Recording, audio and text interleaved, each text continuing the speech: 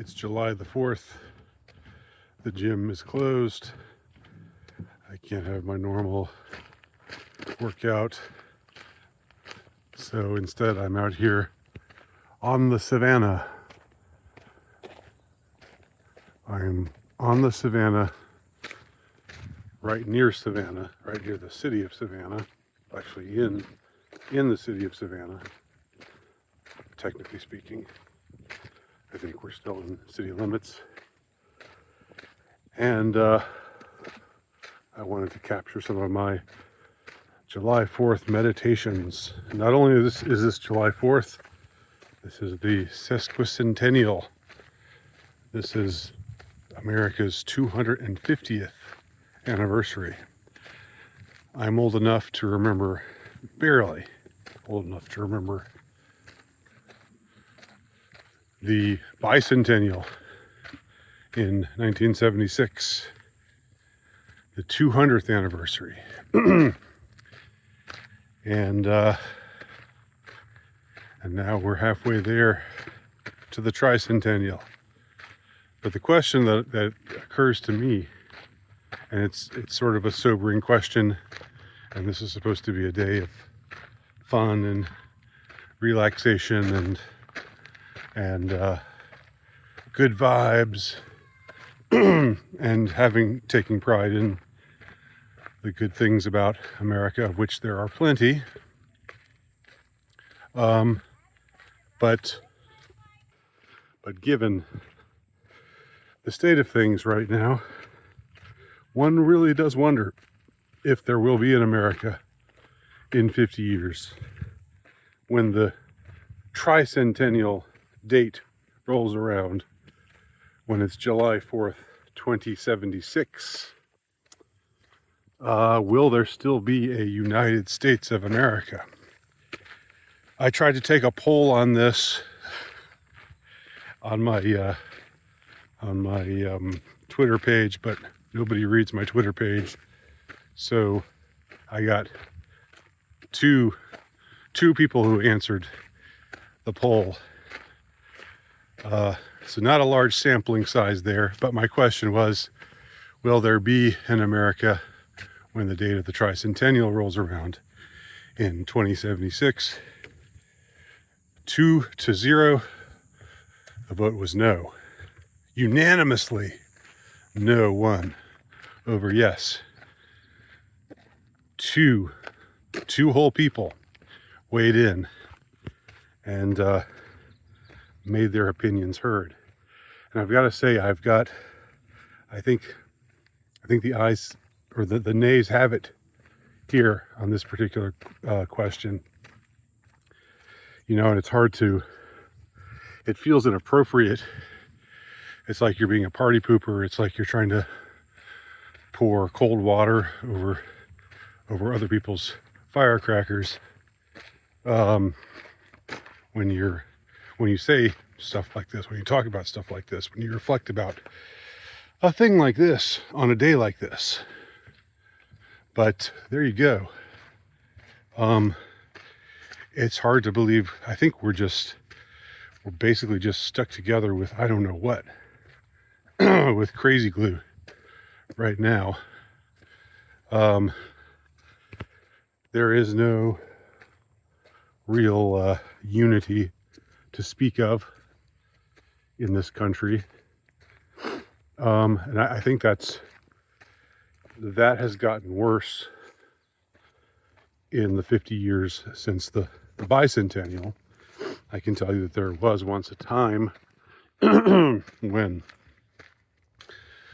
being left of center didn't necessarily mean that you were against America. But now it's sort of like for the lefties out there, it's seen as gauche. It's seen as chauvinistic, culturally chauvinistic to raise the American flag. And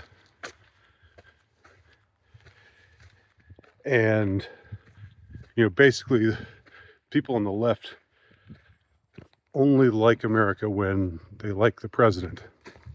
Only when the president has a D next to his name. That's the only time that they say, yeah, okay, I like America. So their love for their country is conditional. It's conditioned on who the president is. People on the right have, I think through the years,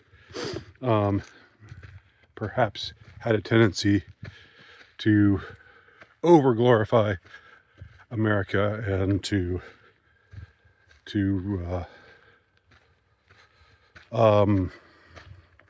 be culturally chauvinistic in the sense of approving of various atrocities that have been committed by the American government, mostly in overseas wars in recent years. I am not a fan of this country's foreign policy.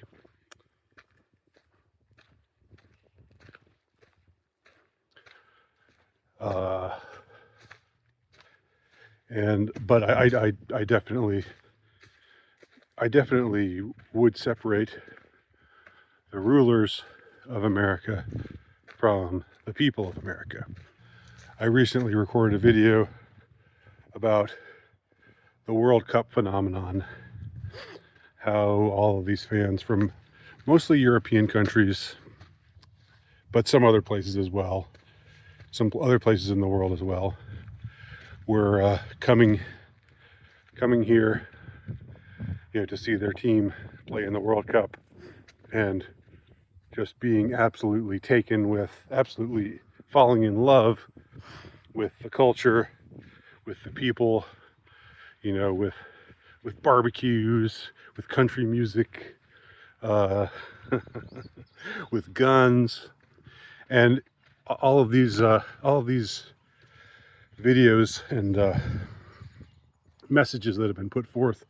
They've been incredibly wholesome, very endearing,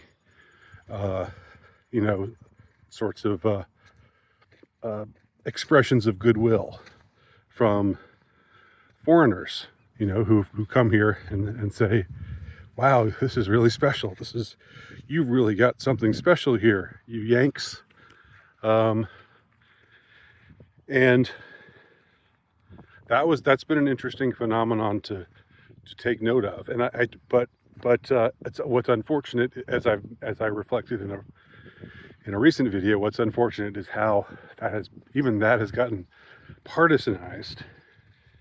And if you're on the left, you're not supposed to enjoy that. You're supposed to just think to yourself, oh, well, this isn't really real. They don't really mean it. I don't know what they're saying. I don't know how they find some way to dismiss it, and have this very sour, dour kind of opinion about it all. Look at this. You want to know what this country's all about? It's about approaching a place where it says "Do not enter," and entering anyway. America. That's what we do. We go where we're not supposed to go. That's America at its best, pal.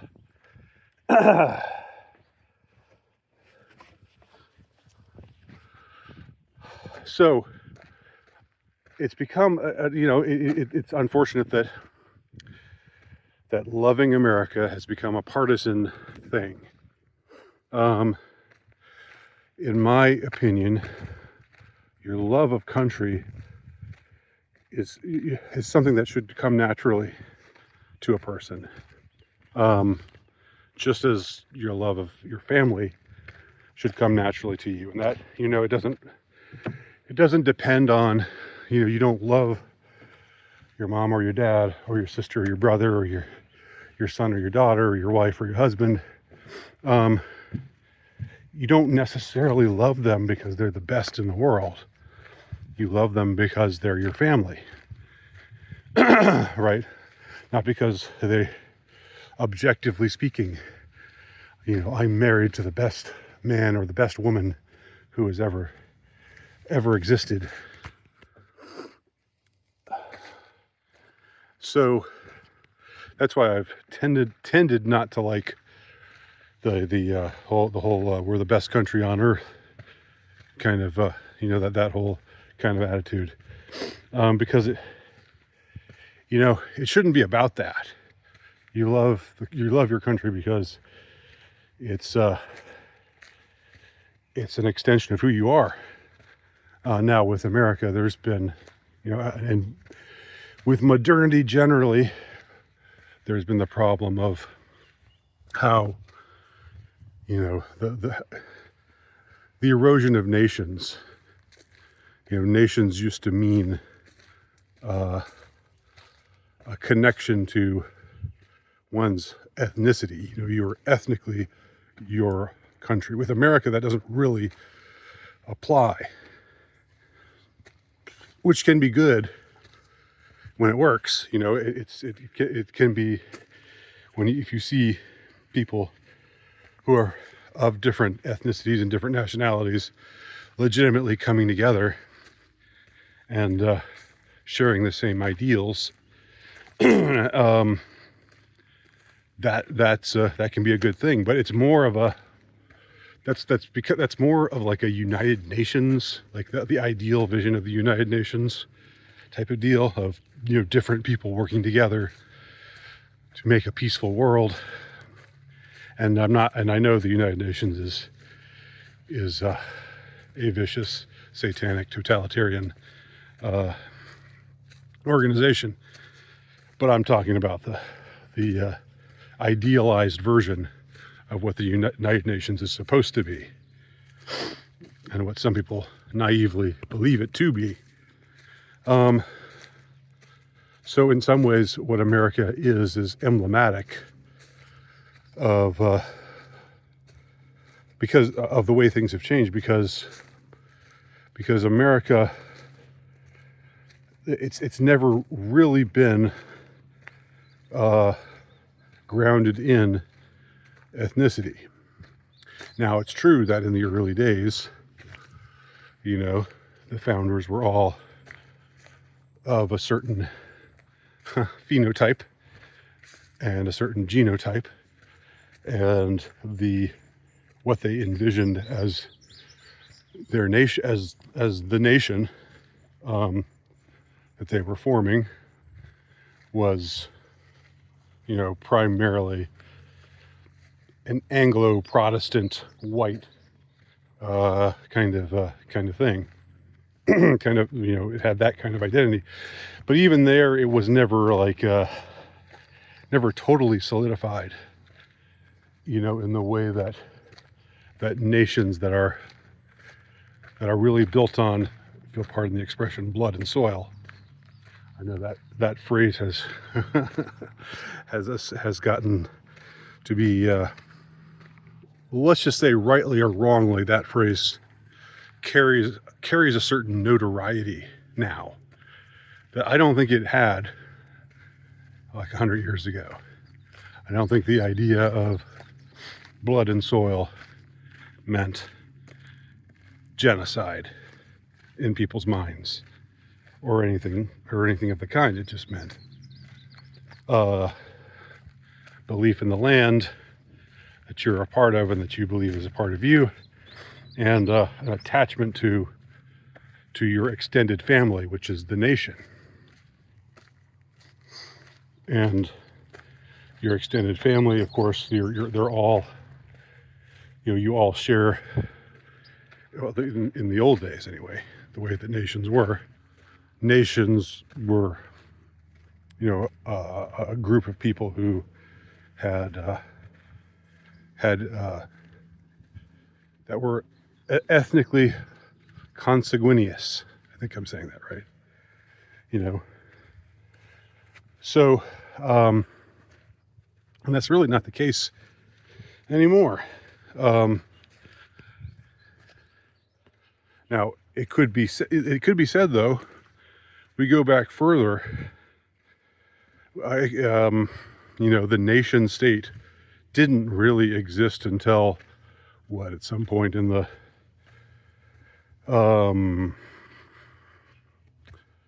I don't know when, 1600s, 1700s, 1800s. I know in the 1800s, nationalism was a rallying cry, but it was a rallying cry for people who were left-leaning, unlike today, where it's the very opposite.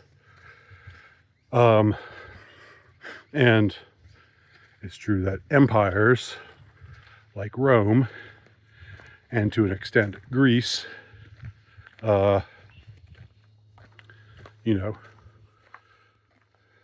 didn't, there wasn't the same, there wasn't the same notion of genetics.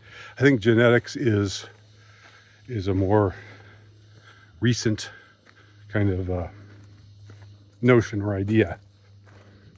The idea of genes, of you passing along your genes. I think back in the day it was seen as a more spiritual thing. Although there was one group in particular who thought that it was very important to stay with your own tribe. And we know who I'm referring to now, don't we? Because that group is still around. That group is still around. I'll just say that. For better or for worse, they are still around, and they still largely have that mentality. I mean, a lot of them do. Enough of them do to keep it going. But a lot of them are also intermarrying, and I know some of you will say that's just their strategy. That's part of their strategy. But I don't know. I don't want to get into all that right now. This has been much more rambly than I thought it would be. Let me return before I end this, because it's already gone on a bit too long. Return to the question of the sesquicentennial, which is today, and feels at least somewhat momentous. 250 years. This is different from a normal July 4th. This feels more significant. It is more significant. And yet for me, the good feelings that I feel, the whatever sense of pride that I might feel regarding the nation that I'm a part of, turning 250 years old, is the question. Will there be a tricentennial? And I'm not even sure if there should be. I'm not sure. As much as I love various things about America, I'm not sure that America even should continue as one nation indivisible. I'm pretty sure that hopefully, peacefully, there will be some kind of secession in the near future. For whatever reason, in spite of all of the the significant, the overwhelming differences. Not even differences. It's like, one side hates the other side just doesn't want anything to do with the side that hates them, and maybe hates them in return. To be fair, I'll leave it to you which of those is the left and which of those is the right. But I think the truth if you search your feelings. You'll know which of those is which. And I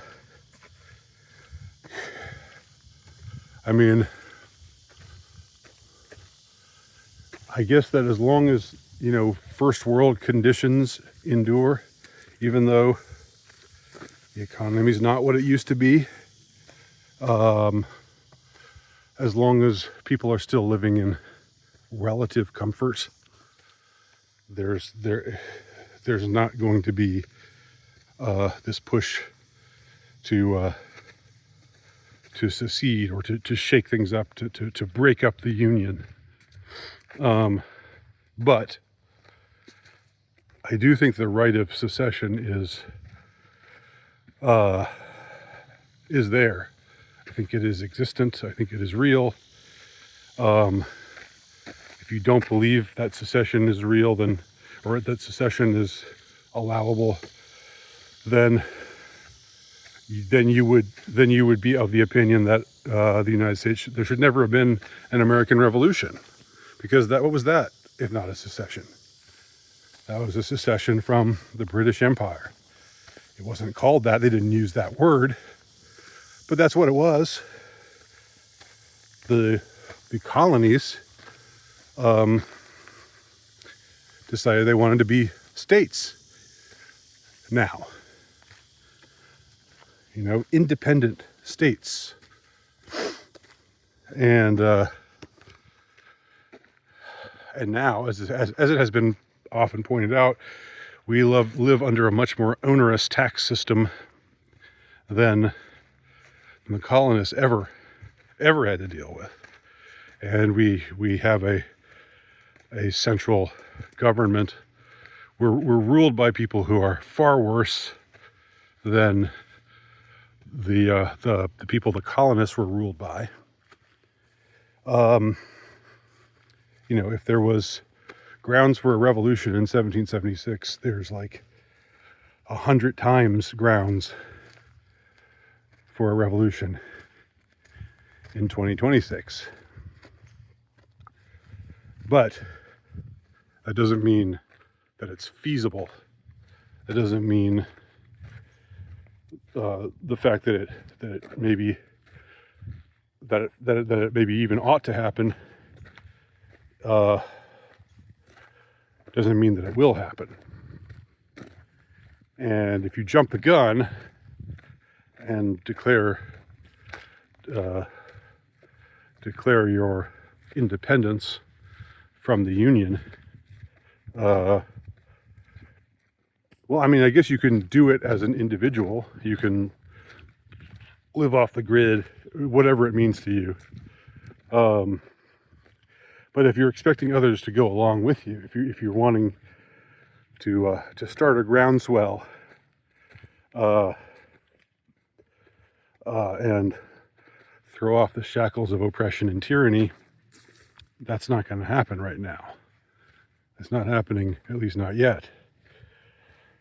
And I don't want to hear from anybody who's black-pilled. All right, I know there'll be people coming on saying, we're just doomed forever. Nothing's ever going to get better. I'm just sick of you guys. Tired of it. So if you're black-pilled, don't come at me. Don't come at me with your attempts to induce despair. But one thing I will say, and I think I can say this while still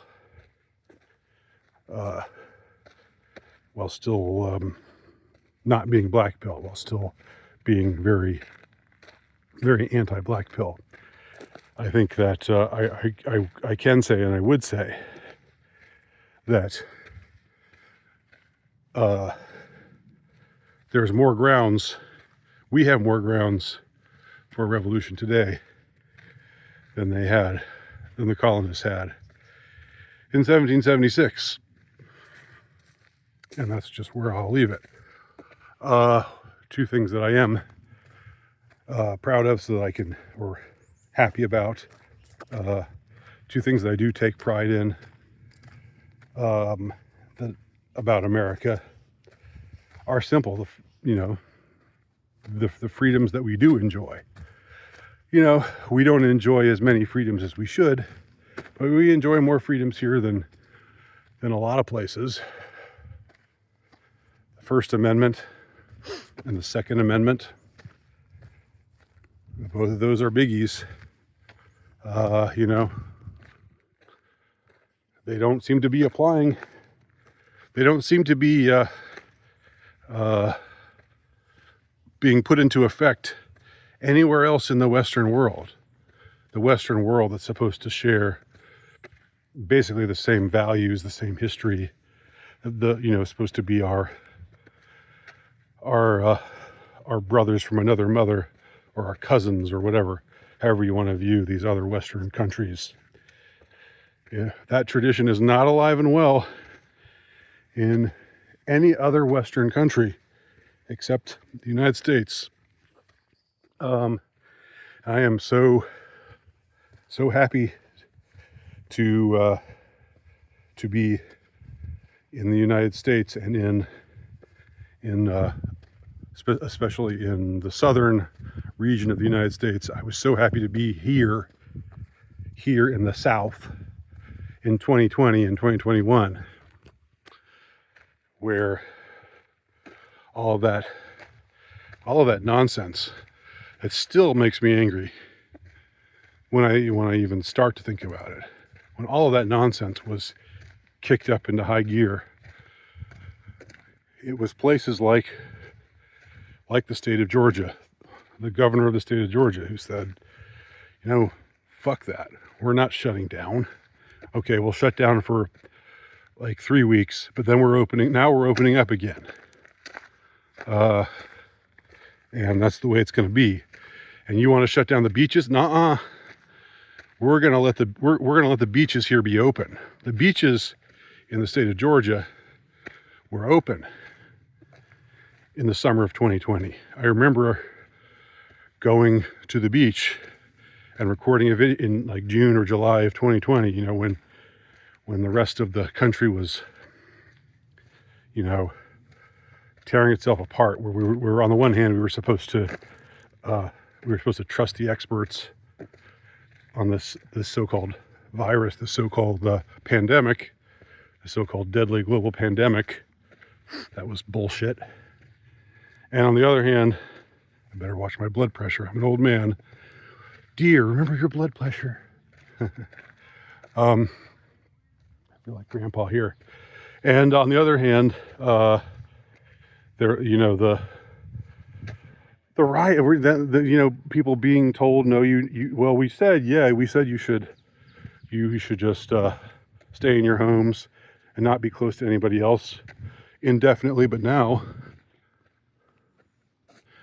you should be out on the streets in close proximity to thousands of other people rioting. While that was going on, if I lived in any other country in the Western world, or maybe even the world, and if I lived in any other region of the country besides the South and some sections of the West, like South Dakota, that said, no, we're not doing that. We're going to go on as normal. Arkansas was another state that never locked down. Georgia was, wasn't as good, didn't do as well in my mind as Arkansas and South Dakota, but it still did pretty damn well. All thanks to the governor, who was just barely elected in 2018. If that crazy fat black lady had gotten elected, Georgia would be a prison state. I can only imagine what would have happened. Anyway, rambling some more. So, First Amendment, good. Second Amendment, good. Freedom to assemble, good. Nothing repeals those. All right. It doesn't matter if you've got a deadly global pandemic. We still have freedom of speech. We still have freedom to assemble. We still have freedom to bear arms. Right? Take precautions. But but you still have freedom. You know, the Constitution didn't say this can all be suspended if we decide that there's some pressing reason why it should be suspended. And that's what happened in 2020. But not everywhere. Not in the state of Georgia for the most part.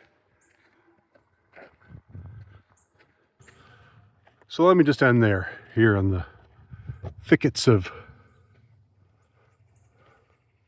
the swampy savanna here in coastal Georgia. Those are my thoughts on the sesquicentennial, July 4th, 2026.